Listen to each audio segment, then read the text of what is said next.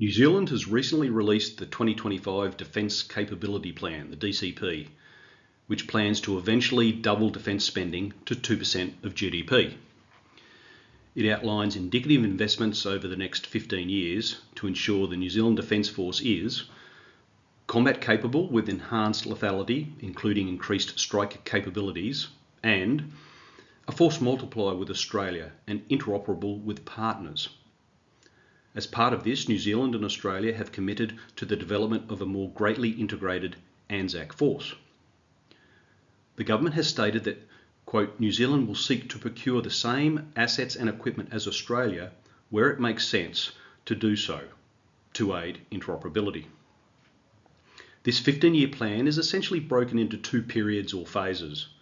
The first phase to 2029 and the second phase from around 2030 to 2040.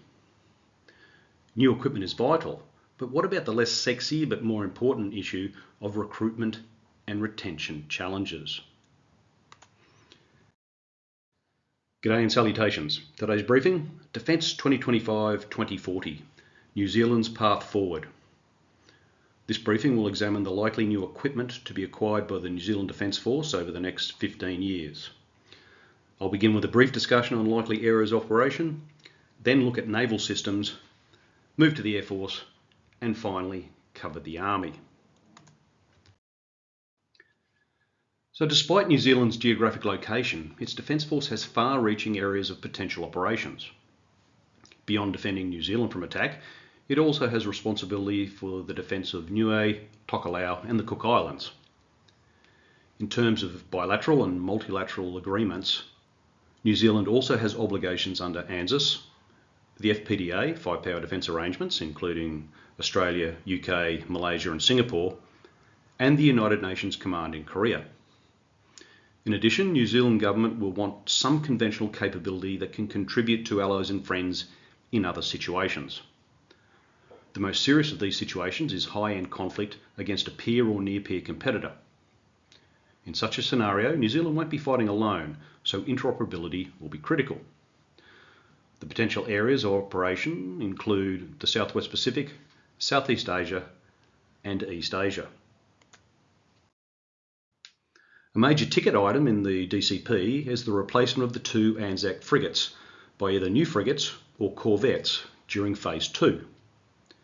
In the meantime, in order for the ANZACs to stay relevant into the early 2030s, further maintenance and upgrades will be required, likely including the fitting of a strike capability, such as the Naval Strike Missile, which has a range of around 200 kilometres with a 120 kilogram warhead. If New Zealand decides it needs a frigate, then it should go with whichever the Royal Australian Navy chooses to replace its ANZACs, either the Japanese Mogami or the German Miko. Also, I'd suggest the current two ANZACs be replaced by 3 new frigates and that they be built in the company's home country to reduce cost. Perhaps a more critical capability requirement for New Zealand is Maritime Intelligence, Surveillance and Reconnaissance, ISR, which needs to cover a huge area. One option to partly address this is the introduction of subsurface autonomous systems, which are to be considered during Phase 2. Should New Zealand go down this path, the Australian Ghost Shark would be an option. The Ghost Shark would provide a stealthy long-range capability that can conduct persistent ISR and potentially strike missions. Another very important capability for New Zealand for both military and non-military tasks is a sea lift capability, currently provided by HMNZS Canterbury. With a length of 131 metres and displacement of 9,000 tonnes, it is a multi-role vessel able to deliver and support deployed forces, as well as humanitarian assistance and disaster response missions. It does not have a well dock, but does have a hangar for a helicopter and can operate both the Sea Sprite and NH-90s. This ship is to be augmented by a new enhanced sea lift vessel in 2029, with a further one to be added later to replace Canterbury in 2035 for a total of 2 ships. These vessels will have a well dock, be able to carry large equipment and more troops, and be able to operate helicopters. I'd suggest that these 2 new ships be more than just sea lift ships, with similar capability requirements to those Australia had for the Joint Support Ship program. The requirements included amphibious landings by deploying landing craft from the well dock, strategic transportation of bulk military supplies, medical support, and replenishment at sea. A number of shipyards had proposals for this program, including BMT, Navantia, and Daman. Further, I'd suggest that Australia joins this program for a third ship, which would replace HMAS Charles. Should this happen, New Zealand should be able to get its 2 ships at a lower unit cost. The addition of the replenishment at sea capability would allow them to support New Zealand's sole AOR, HMNZS Aotearoa. A more immediate program for the Navy is the Maritime Helicopter Replacement Program covering the Sea Sprite helicopters, which is planned to occur in 2027. A core component of the frigate's capability, they are employed for anti-submarine warfare and limited anti-surface warfare. However, this decision should be linked to a later issue regarding the future of the NH90s. If New Zealand plans to keep the NH90s in service for some time, say at least 10 years, then perhaps replacing the Sea Sprites with the anti-submarine warfare version of the NH90 makes sense. If, however, New Zealand plans to replace the NH90s in the near term, then the Sea Sprite replacement should be the same platform, highly likely the MH60 Seahawk. The Maritime Helicopter Replacement Program also includes the possibility of vertical takeoff UAVs. These would be a very useful capability enhancement to ships that are too small to operate the new naval helicopters. One option would be the MQ-8C Fire Scout. In service with the US Navy since 2019, it is designed to provide reconnaissance, situational awareness, aerial fire support, and precision targeting support for ground, air, and sea forces. Note the US has some new build airframes in storage, which might be available. Moving to the Air Force, its future composition is clearer with the recent acquisition of 4 P-8 Poseidons. Like the P-3 Orions they replace, they will be employed for maritime surveillance, security operations, and humanitarian assistance and disaster response missions across New Zealand and allied territories. Additional tasks include monitoring New Zealand's exclusive economic zone, the broader South Pacific, the Southern Ocean, and parts of Antarctica. Currently, it cannot launch anti-ship missiles. However, it is likely that as part of the DCP, they will be able to launch air-to-surface missiles, perhaps the AGM-152C long-range anti-ship missile or the future Joint Strike Missile. Mentioned in the capability plan and augmenting the P-8s is the Enhanced Maritime Awareness Capability Project. The aim is to support New Zealand's maritime security strategy, providing air surveillance capabilities in the exclusive economic zone and the Southern Ocean, with capability options to possibly include satellites and UAVs. One UAV option would be the MQ-4C Triton.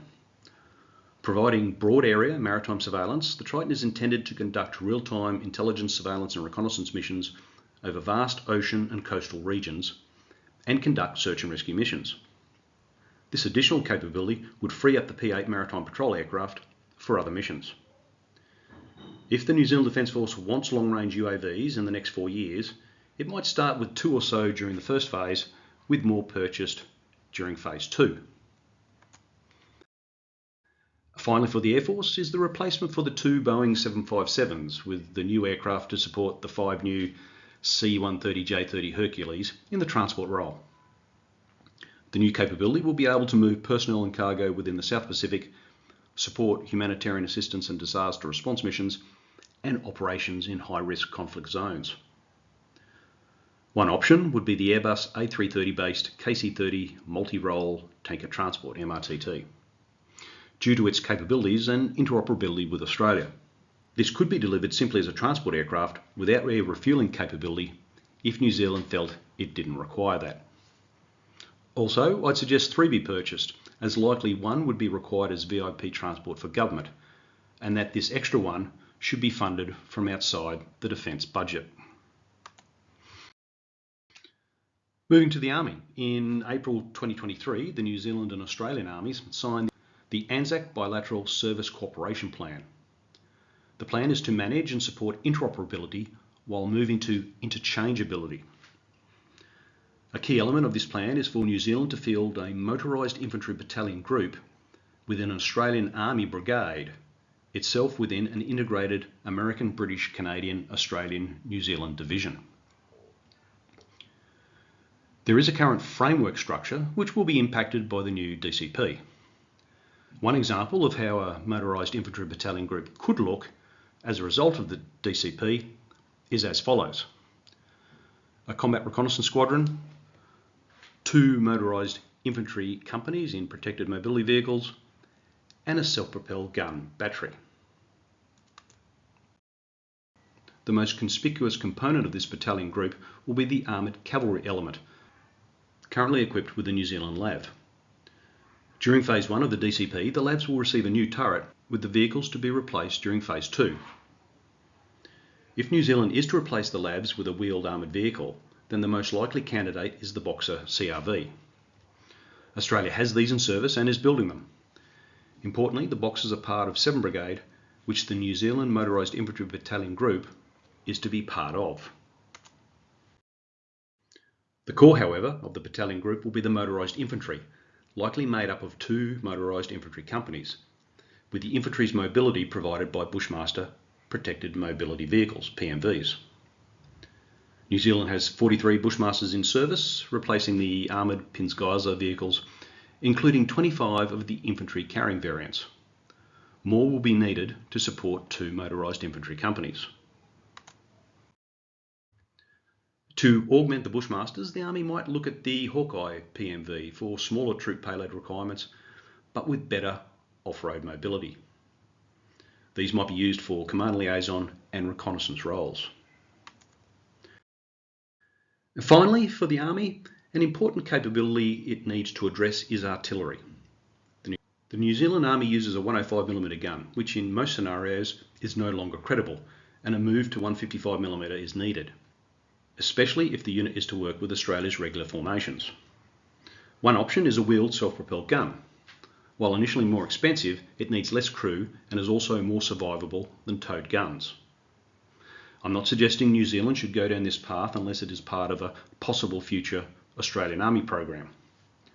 Should this occur, options could include the Boxer RCH 155 and the Caesar self-propelled gun.